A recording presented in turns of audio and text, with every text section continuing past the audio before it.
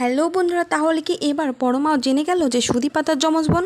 তো বন্ধুরা, কি ঘটতে চলেছে আজকের পর্বের আপডেটে তা জানতে হলে পুরো ভিডিওটি না টেনে একটি লাইক দিয়ে সম্পূর্ণ দেখতে থাকুন। পরমার বাবা বাইরে ফোনে কথা বলতে থাকে, ঠিক তখনই সেখানে পিসিমণি এসে হাজির হয়। তবে পিসিমণিকে দেখে পরমার বাবা হঠাৎ করে চমকে ওঠে, কিন্তু পিসিমণি পরমার বাবাকে বলে যে এই বাড়িতে যদি দিদিমণি সংসার করতে না পারে তাহলে আমিও আপনার মেয়েকে এই বাড়িতে সংসার করতে দিব না। আমিও সবাইকে বলে দিব যে সুদীপা ও পরমা তারা দুজনেই যমজ বোন, অর্থাৎ অনাথ। যে কথা শুনেই তো পরমার বাবা প্রচণ্ড ভয় পেয়ে যায়। ঠিক সেই মুহূর্তে সেখানে পরমা তার বাবাকে ডাকতে আসে। তবে পিসিমণি ও তার বাবাকে একসঙ্গে দেখে পরমা অবাক হয়ে যায় আর নানা রকম প্রশ্ন করতে থাকে। তবে পিসিমণি সেই কথাটা আড়াল করে সেখান থেকে চলে যায়। তবে পিসিমণি প্রতিজ্ঞা করে যে সুদীপার সংসার না গুছিয়ে দিয়ে সে কোথাও যাবে না।